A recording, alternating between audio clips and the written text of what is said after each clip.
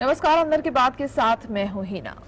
PDP प्रमुख महबूबा मुफ्ती ने रविवार को बड़ा ऐलान कर दिया है। महबूबा मुफ्ती ने कहा कि जम्मू कश्मीर में अनुच्छेद 370 बहाल होने तक मैं विधानसभा चुनाव नहीं लड़ूंगी। यह ऐलान करते हुए उन्होंने यह भी जोड़ा कि मैं विधानसभा चुनाव नहीं लड़ूंगी, लेकिन मेरी पार्टी चुनाव लड़ेगी। आखिर क्यों महबूबा मुफ्ती ने किया यह ऐलान, आइए देखते हैं। पीडीपी प्रमुख महबूबा मुफ्ती ने रविवार को बड़ा ऐलान कर दिया है। महबूबा मुफ्ती ने कहा कि जम्मू कश्मीर में अनुच्छेद 370 बहाल होने तक मैं विधानसभा चुनाव नहीं लड़ूंगी। यह ऐलान करते हुए उन्होंने यह भी जोड़ा कि मैं विधानसभा चुनाव नहीं लड़ूंगी, लेकिन मेरी पार्टी चुनाव लड़ेगी। बेंगलुरु में पीडीपी प्रमुख महबूबा मुफ्ती ने कहा, चीन अब जम्मू कश्मीर के मामलों में हस्तक्षेप कर रहा है, जो केवल पाकिस्तान करता था। धारा 370 हटाकर भाजपा ने यही किया है। महबूबा मुफ्ती ने यह भी कहा कि दिल्ली में जो कुछ भी हुआ वह अभी के लिए एक खतरे की घंटी है। भारतीय जनता पार्टी नहीं चाहती कि कोई विपक्ष हो। मुफ्ती ने कहा, कर्नाटक ने पूरे देश को उम्मीद की किरण दिखाई है। प्रधानमंत्री नरेंद्र मोदी और भाजपा का हर नेता कर्नाटक चुनाव में धर्म का सहारा ले रहा था, लेकिन फिर भी लोगों ने उन्हें सत्ता से बाहर का रास्ता दिखा दिया। पीडीपी प्रमुख महबूबा मुफ्ती ने कहा, G20 देश के लिए एक इवेंट है, लेकिन बीजेपी ने इसे हाईजैक कर लिया है। उन्होंने लोगों को कमल के साथ बदल दिया है। लोगों को देश से संबंधित होना चाहिए था, पार्टी से नहीं। Bureau report, GSTV। Quad meeting में एक मौका ऐसा आया जब अमेरिकी राष्ट्रपति जो बाइडेन ने प्रधानमंत्री मोदी की तारीफ की और कहा कि अमेरिका में आपकी बहुत लोकप्रियता है, मुझे आपका ऑटोग्राफ लेना चाहिए। क्या प्रधानमंत्री मोदी की अमेरिका में है जबरदस्त लोकप्रियता? हर कोई मांगता है उनके कार्यक्रम की टिकट। इस पर क्या कहा अमेरिकी राष्ट्रपति जो बाइडेन ने, आइए देखते हैं। प्रधानमंत्री नरेंद्र मोदी ने जापानी शहर हिरोशिमा में G7 शिखर सम्मेलन के दौरान विश्व के शीर्ष नेताओं से मुलाकात की। इसी दौरान पीएम मोदी ने क्वाड शिखर सम्मेलन में हिस्सा लिया, जिसमें अमेरिकी राष्ट्रपति जो बाइडेन, जापानी प्रधानमंत्री फूमियो किशिदा और ऑस्ट्रेलियाई प्रधानमंत्री एंथनी अल्बांजी भी शामिल हुए। यहाँ एक बार फिर बाइडेन और पीएम मोदी के बीच मुलाकात में वही गर्मजोशी दिखी जो पिछली बार नजर आई थी। दोनों नेताओं ने एक दूसरे का अभिवादन किया और आपस में गले मिले। बाइडेन ने पीएम मोदी की जमकर तारीफ की और कहा कि अमेरिका में आपकी बहुत लोकप्रियता है। उन्होंने पीएम मोदी से कहा, मुझे आपका ऑटोग्राफ चाहिए।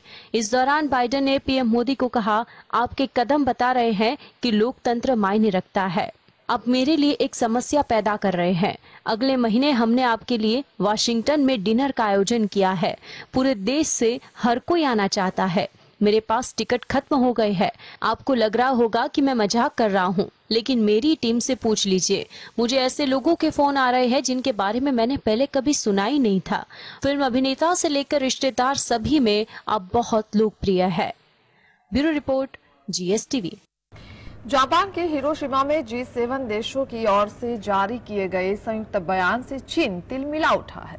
चीनी विदेश मंत्रालय की ओर से कहा गया है कि G7 के मंच से दक्षिणी चीन सागर से जुड़े मामले, मानवाधिकारों और लोकतांत्रिक मूल्यों में दखल देने के आरोप समेत कई मामलों में बीजिंग को निशाना बनाया गया है। बयान से क्यों तिलमिला उठा चीन, आइए देखते हैं अंदर की बात में। जापान के हिरोशिमा में शनिवार को G7 देशों ने साझा बयान जारी करते हुए चीन का नाम लिए बिना सख्त तेवर दिखाए थे। इस बयान में चीन को संदेश दिया था कि यूक्रेन के खिलाफ युद्ध को खत्म करने के लिए अपने रणनीतिक साझेदार रूस पर दबाव बनाए। इसके अलावा चीन से कहा गया कि वो ताइवान की स्थिति का सम्मान करे। G7 देशों के संयुक्त बयान पर चीन तिलमिला उठा है और उसने बयान का विरोध जताया है। विदेश मंत्रालय के एक प्रवक्ता ने बयान में कहा, G7 देशों की ओर से चीन से संबंधित मुद्दों में हेरफेर करने की कोशिश के अलावा चीन पर आरोप लगाने और उस पर हमला करने की कोशिश हुई है। इन सभी मुद्दों पर चीन ने अपना कड़ा विरोध जताया है। चीनी विदेश मंत्रालय की ओर से कहा गया है कि G7 के मंच से दक्षिणी चीन सागर से जुड़े मामले, मानवाधिकारों और लोकतांत्रिक मूल्यों में दखल देने के आरोपों समेत कई मामलों में बीजिंग को निशाना बनाया गया है। G7 चीन में मानवाधिकारों के बारे में आवाज उठाने के लिए भी एकजुट हुआ, जिसमें तिब्बत, हांगकांग और जिजियांग के सुदूर पश्चिमी क्षेत्र शामिल है, जहां जबरन श्रम का लगातार मुद्दा बना रहता है। ब्यूरो रिपोर्ट, एक साल से ज्यादा समय से जारी रूस यूक्रेन की जंग का दुनिया को बड़ा नुकसान उठाना पड़ा है। हिरोशिमा में हुई G7 की बैठक में बड़े देशों ने रूस पर निशाना साधा है। देखते इस रिपोर्ट में। दुनिया के 7 विकसित और अमीर देशों के समूह ग्रुप ऑफ 7 G7 के नेताओं ने यूक्रेन संकट को लेकर संयुक्त बयान जारी किया है। G7 नेताओं ने रूस को निशाने पर लेते हुए कहा कि हम यूक्रेन के खिलाफ रूसी सेना के अवैध, अनुचित और अकारण युद्ध के खिलाफ एक साथ खड़े होने की अपनी प्रतिबद्धता को जाहिर करते हैं। हिरोशिमा में हो रही G7 समिट के दौरान G7 नेताओं ने बयान में कहा, हम कड़े शब्दों में रूस के यूएन के चार्टर का उल्लंघन करने और रूसी आक्रमण के बाकी दुनिया पर पड़े प्रभाव की निंदा करते हैं।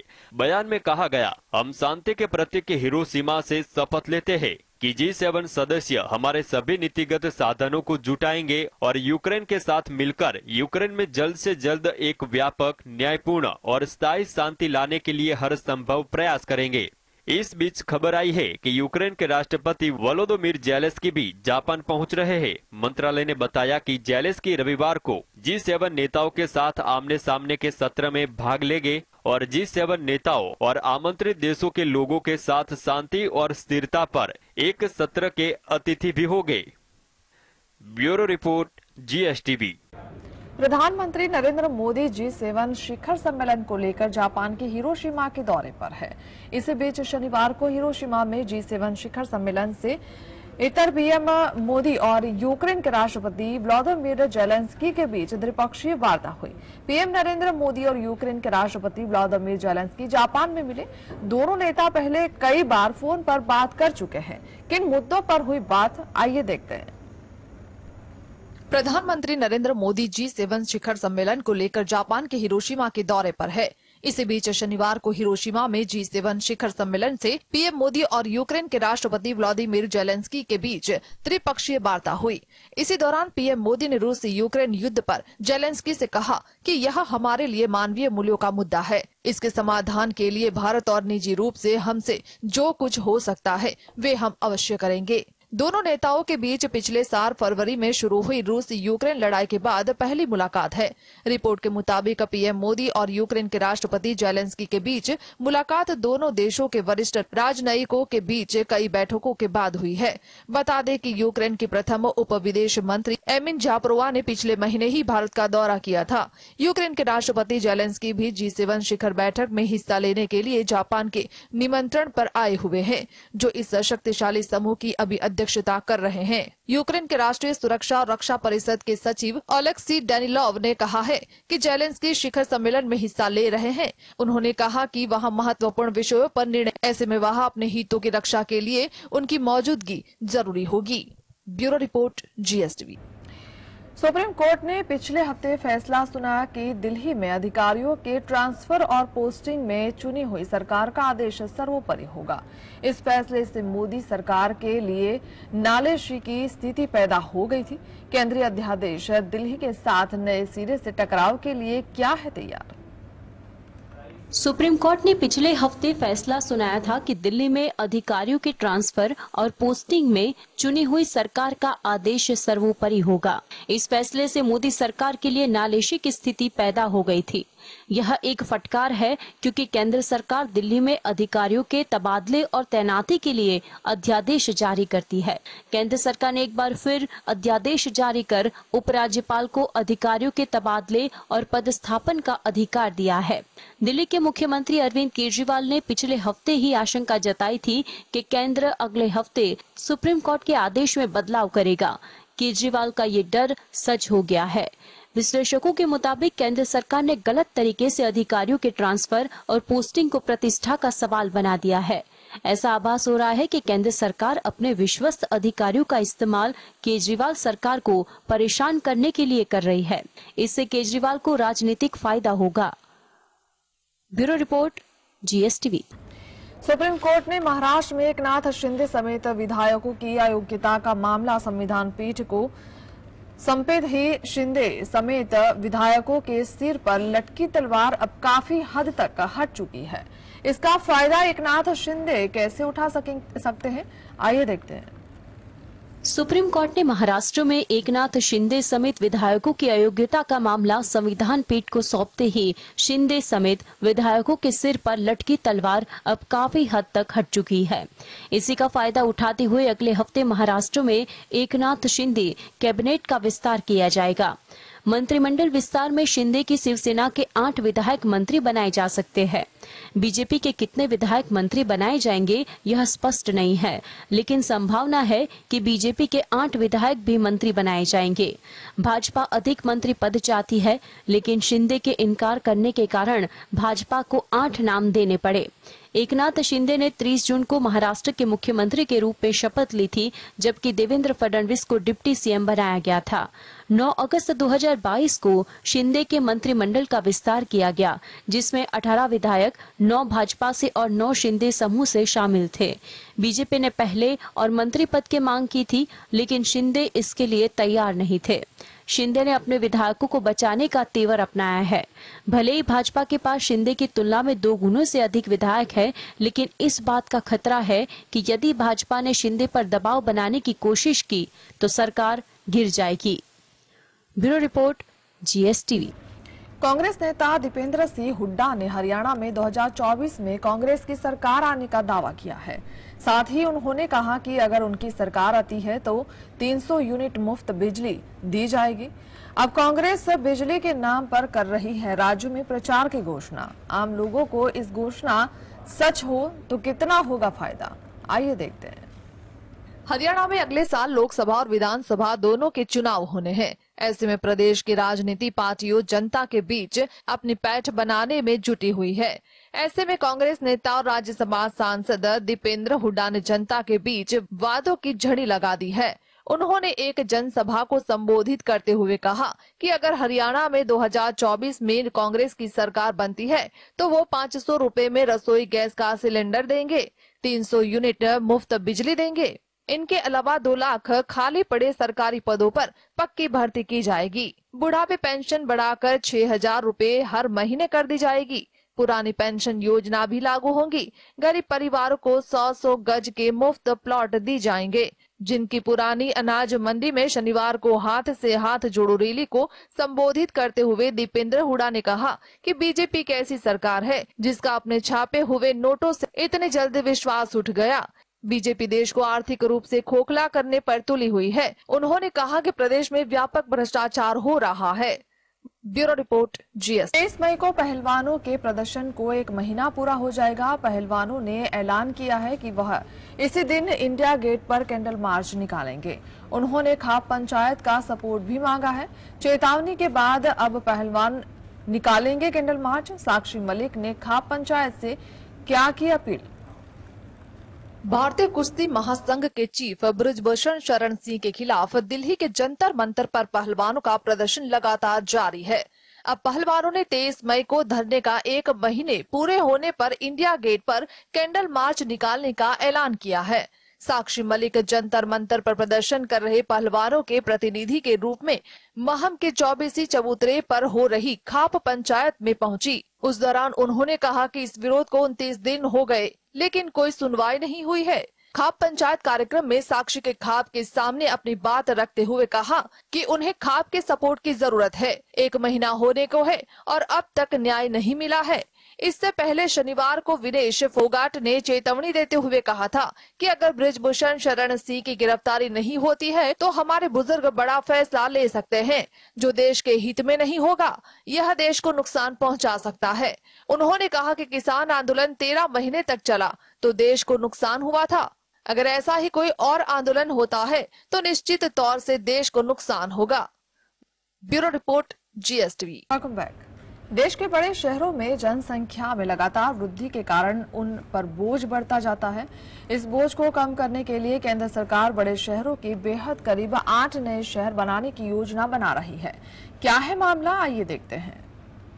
देश के बड़े शहरों में जनसंख्या में लगातार वृद्धि के कारण उन पर बोझ बढ़ता जा रहा है।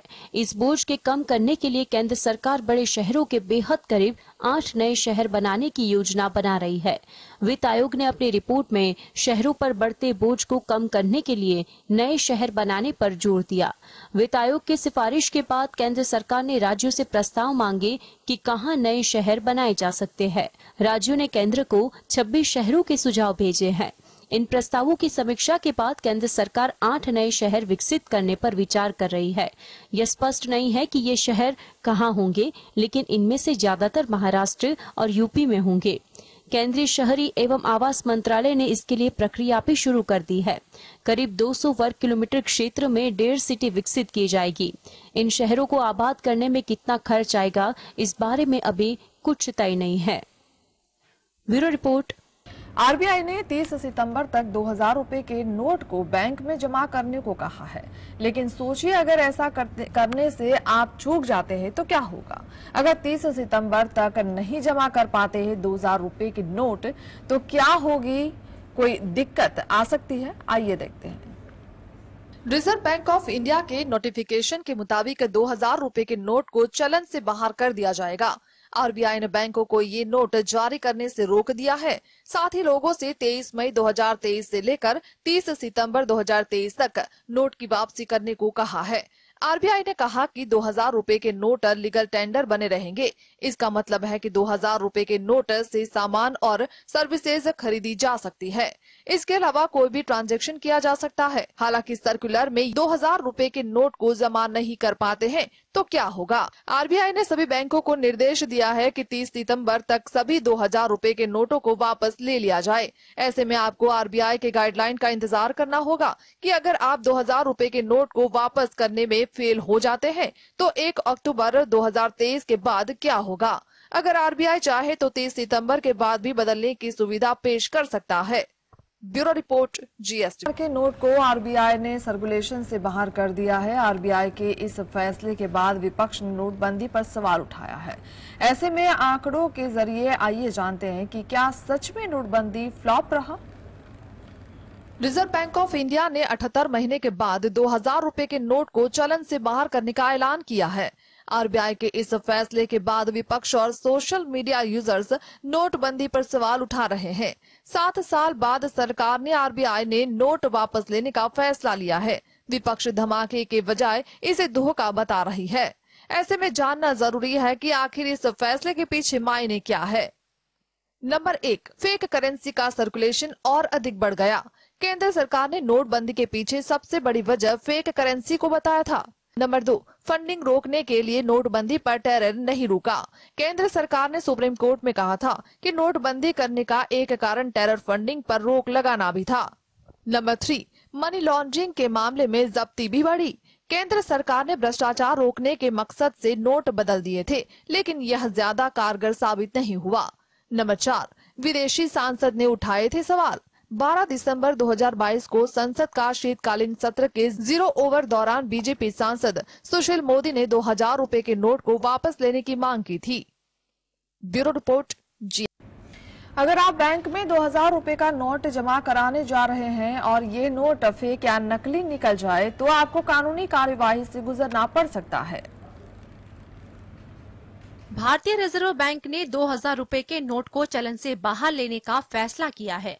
केंद्रीय बैंक ने अभी बैंकों को 2000 रुपए के नोट को जारी नहीं करने का आदेश दिया है।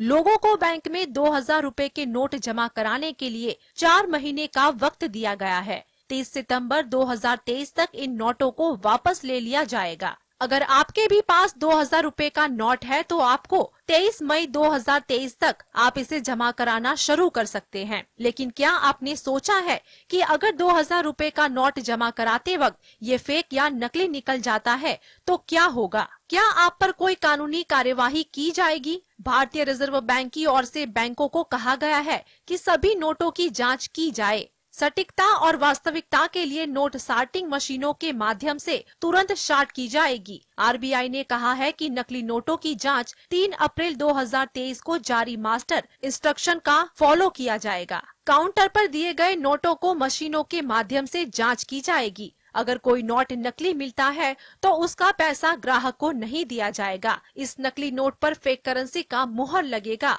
और तुरंत जब्त कर लिया जाएगा। ब्यूरो रिपोर्ट जी। भारतीय रिजर्व बैंक ने 2016 में नोटबंदी के बाद जारी 2000 रुपए के नोट को वापस लेने का ऐलान किया है। 30 सितंबर तक 2000 का नोट लीगल टेंडर रहेगा। बैंक से नोट एक्सचेंज कराने के लिए 30 सितंबर तक का समय दिया गया है। 8 नवंबर 2016 को प्रधानमंत्री नरेंद्र मोदी जी ने नोटबंदी का ऐलान किया था। 6 साल बाद आरबीआई ने 2000 के नोट बंद करने का ऐलान किया है। प्रधानमंत्री ने क्यों खुद नोटबंदी का ऐलान करने से किया परहेज? प्रधानमंत्री नरेंद्र मोदी यह घोषणा करने क्यों नहीं आए कि भारतीय रिजर्व बैंक ने 2000 रुपए के नोट को वापस लेने का फैसला लिया है? इस मुद्दे पर जोरदार बहस हो रही है। 16 नवंबर 2016 की रात को नरेंद्र मोदी ने 500 रुपए और 1000 रुपए की नोटों को बंद करने और नए डिजाइन और आकार के 500 रुपए और 2000 रुपए के नए नोट जारी करने की घोषणा की। अब रिजर्व बैंक ने सामान्य घोषणा की तरह 2000 रुपए के नोटों की नोटबंदी पर रोक लगाने का ऐलान किया है। विश्लेषकों के अनुसार नरेंद्र मोदी ने 2016 में जब पहली बार नोटबंदी की घोषणा की थी तो उन्होंने ऐतिहासिक घोषणा की थी। ऐसी तस्वीर बनाई गई थी कि इस घोषणा से देश की अर्थव्यवस्था में बदलाव आएगा और काला धन खत्म हो जाएगा, लेकिन ऐसा कुछ नहीं हुआ। उल्टा लोग भ्रमित हो गए। लोग अभी परेशान है तो इसका असर अगले साल होने वाले लोकसभा चुनाव में दिखेगा। इसलिए मोदी ने क्रेडिट लेने से परहेज किया है। Bureau report. पश्चिम बंगाल की मुख्यमंत्री ममता बनर्जी कर्नाटक में नई कांग्रेस सरकार के शपथ ग्रहण समारोह में मौजूद नहीं थी, लेकिन उन्होंने अपना प्रतिनिधि भेजकर फिर से कांग्रेस की ओर दोस्ती का हाथ बढ़ाया है। ममता बनर्जी ने क्या दिया कांग्रेस को संकेत? पश्चिम बंगाल के मुख्यमंत्री ममता बनर्जी कर्नाटक में नई कांग्रेस सरकार के शपथ ग्रहण समारोह में मौजूद नहीं थी, लेकिन उन्होंने अपना प्रतिनिधि भेजकर फिर से कांग्रेस की ओर दोस्ती का हाथ बढ़ाया है। ममता बनर्जी स्वयं पूर्व प्रतिबद्धताओं के कारण उपस्थित नहीं थी, लेकिन उन्होंने अपनी जगह पार्टी सांसद काकोली घोष को बेंगलुरु भेजा। तृणमूल कांग्रेस के वरिष्ठ नेता काकोली घोष ने गुलदस्ता देकर ममता जी की ओर से सिद्धारमैया और शिव कुमार को बधाई दी। राजनीतिक विश्लेषकों के मुताबिक अधीर रंजन चौधरी ने ममता के खिलाफ अपमानजनक बयान दिया था। कर्नाटक की जीत के बाद ममता ने नरम रुख अपनाने के लिए कांग्रेस पर भी निशाना साधा। ममता ने इन बयानों को नजरअंदाज करते हुए एक बार फिर साफ संकेत दे दिया है कि वह कांग्रेस के साथ हाथ मिलाने को तैयार है। अधीर समेत नेताओं को नजरअंदाज कर अगर कांग्रेस इसे सकारात्मक रूप से लेती है तो वह ममता के सहारे फिर से पश्चिम बंगाल में अपना प्रभाव जमा सकती है। Bureau report GSTV। कांग्रेस नेता राहुल गांधी के बाद गुजरात में मानहानि केस का सामना कर रहे तेजस्वी यादव के मामले में आज अहमदाबाद की कोर्ट में सुनवाई हुई। आज की सुनवाई में कोर्ट ने क्या कहा, क्या था ये पूरा मामला? गुजरातियों को ठग कहने के मामले में बिहार के उप मुख्यमंत्री तेजस्वी यादव के खिलाफ दाखिल किए गए मानहानि केस में आज अहम सुनवाई हुई। बिहार के उप मुख्यमंत्री तेजस्वी यादव ने गुजराती को ठग कहा था। यह मामले में अहमदाबाद की मेट्रो कोर्ट में सुनवाई की गई, जिसमें शिकायतकर्ता द्वारा सबूत कोर्ट में पेश किए गए। कोर्ट के समक्ष पेश हुए 3 साक्षी के बयान दर्ज किए गए। साक्षियों ने अपने बयान में बताया कि तेजस्वी यादव के बयान के कारण गुजरातियों का अपमान हुआ है। यह केस मामले में कोर्ट में अगली सुनवाई 12 जून को होगी। बिहार के उप मुख्यमंत्री पर आरोप है कि उन्होंने अपने बयान में गुजरात के लोगों का अपमान किया। बिहार के उप मुख्यमंत्री तेजस्वी यादव ने 21 मार्च को मीडिया से बातचीत में कहा था कि वर्तमान में परिस्थिति में सिर्फ गुजराती ही ठग हो सकते हैं, उन्हें माफ भी कर दिया जाएगा। इसके 1 महीने बाद 26 अप्रैल को अहमदाबाद के व्यापारी और सामाजिक कार्यकर्ता हरेश मेहता ने तेजस्वी यादव पर कोर्ट में मानहानि का केस फाइल किया था। Bureau report GSTV।